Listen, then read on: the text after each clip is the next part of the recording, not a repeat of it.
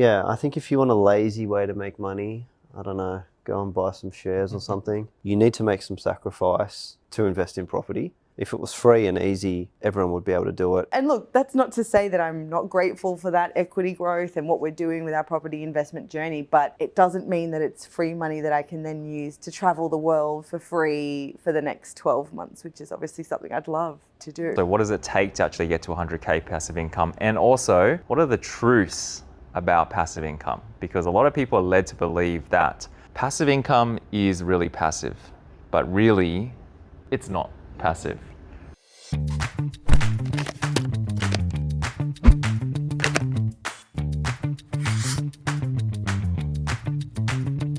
Hey guys, welcome back to the Property Brew by JD Capital. We're back on another episode. Today we've got Aron and we've got Valentina, and we're going to be chatting to you guys about how to achieve $100,000 in passive income. This is a very common goal that we hear from a lot of property investors. They always come to us and say, look, I want to build passive income from my portfolio.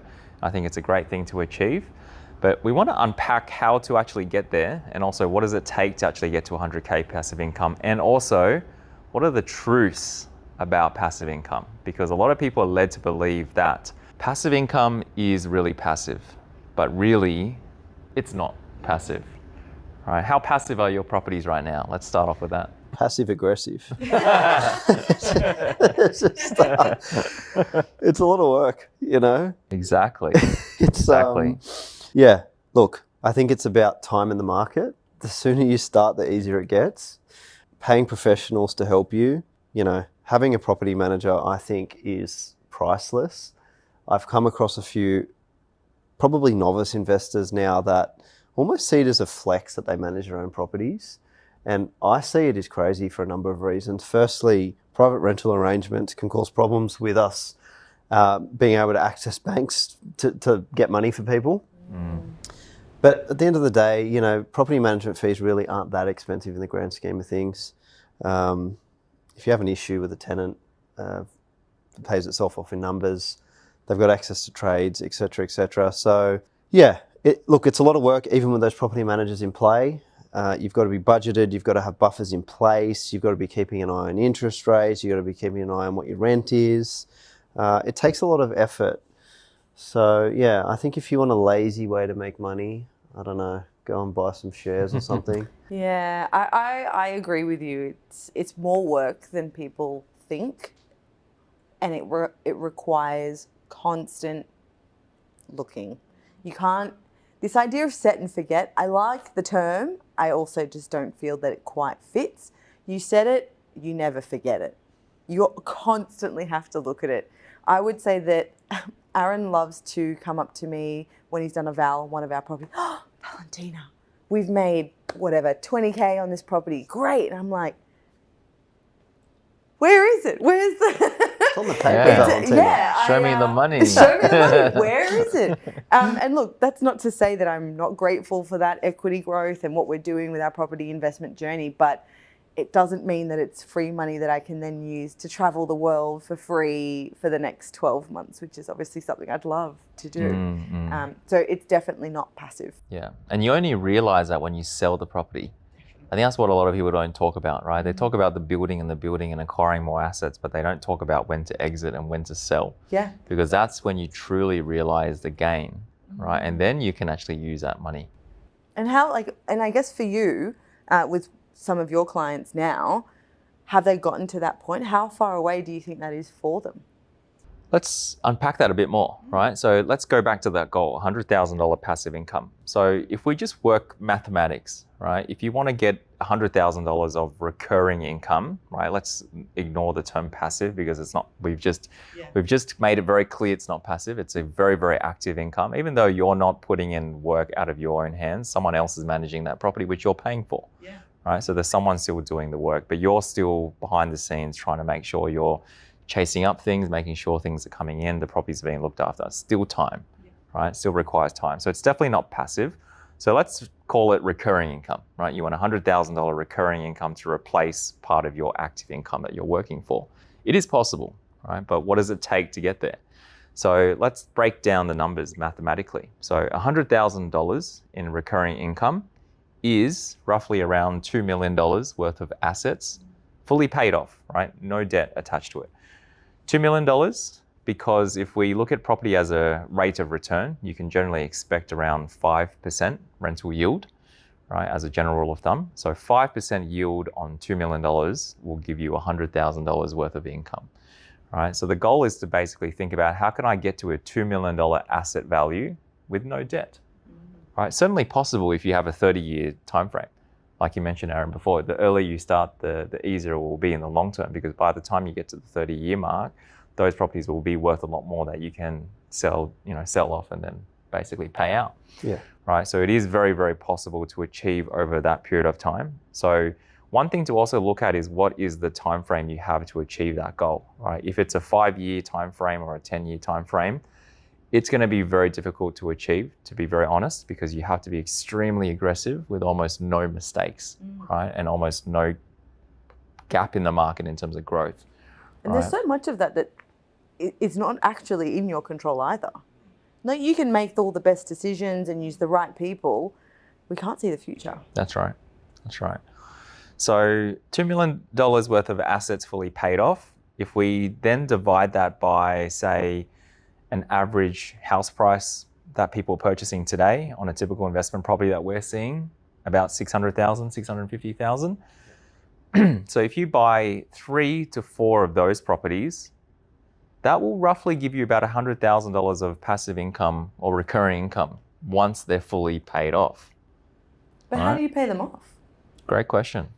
So let's talk a little bit about how do we now, so let's say we've got to the acquisition phase of accumulating 3 or 4 properties, right, which is not that difficult, right? If you're earning a reasonable income above the average income and you work hard, I think 3 to 4 properties is certainly achievable. It's not easy, but it's achievable over, say, a 10-year period, I believe, right? But then the next challenge, like you mentioned, is how do you pay it off, right? So let's talk a little bit about some of the different strategies, right? You can go aggressive, you can go more conservative, and there's other ways to try and pay that debt off. So let's have a chat about some options.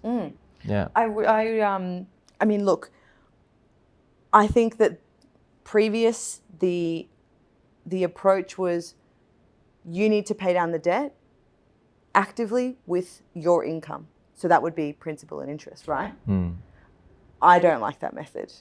The reason I don't like that method is it's really slow.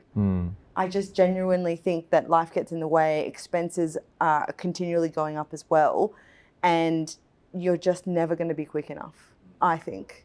What about you, Aaron?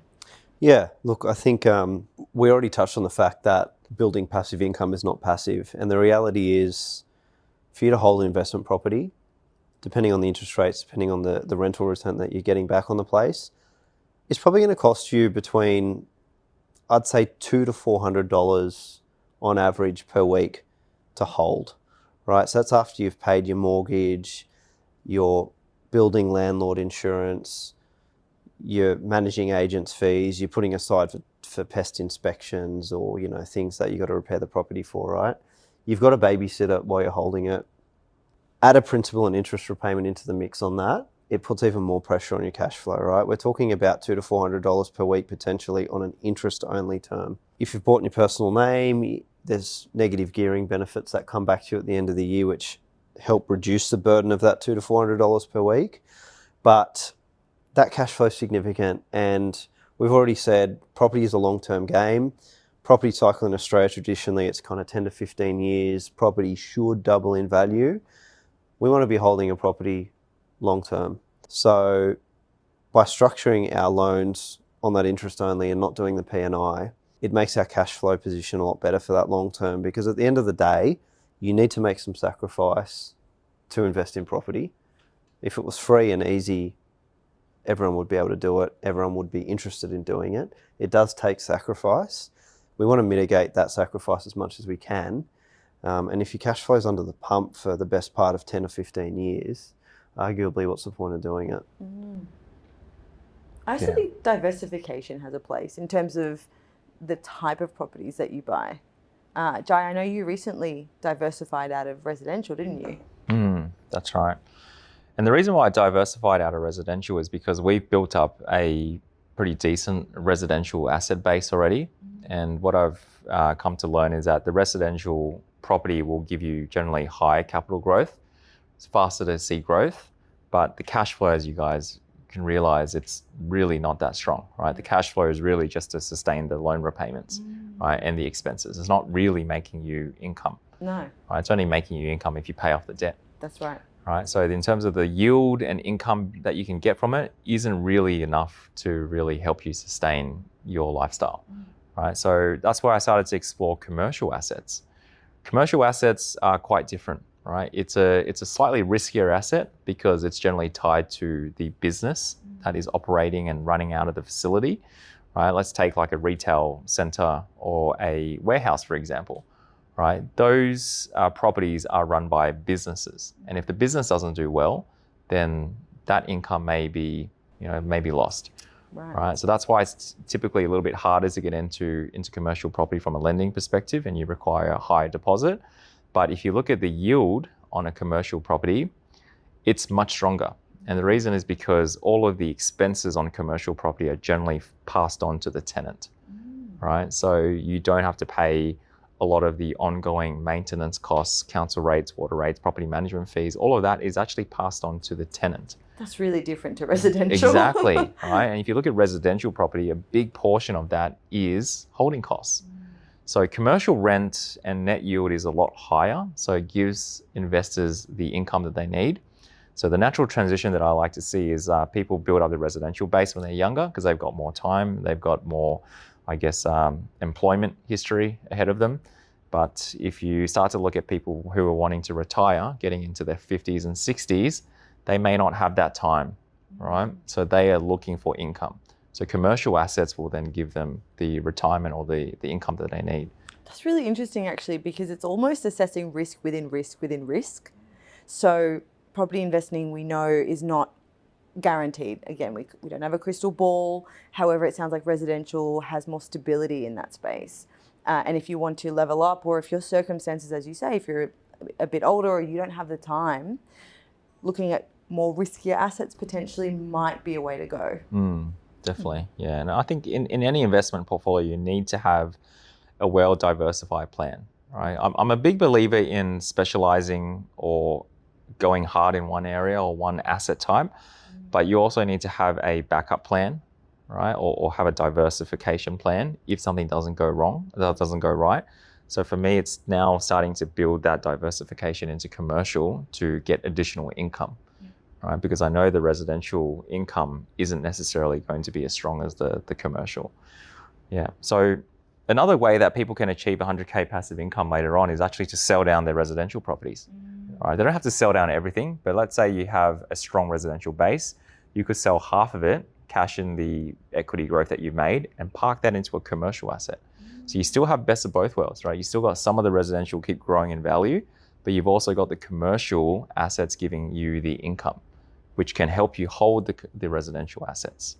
And cash flow is a massive factor. Aron, are you looking at commercial properties?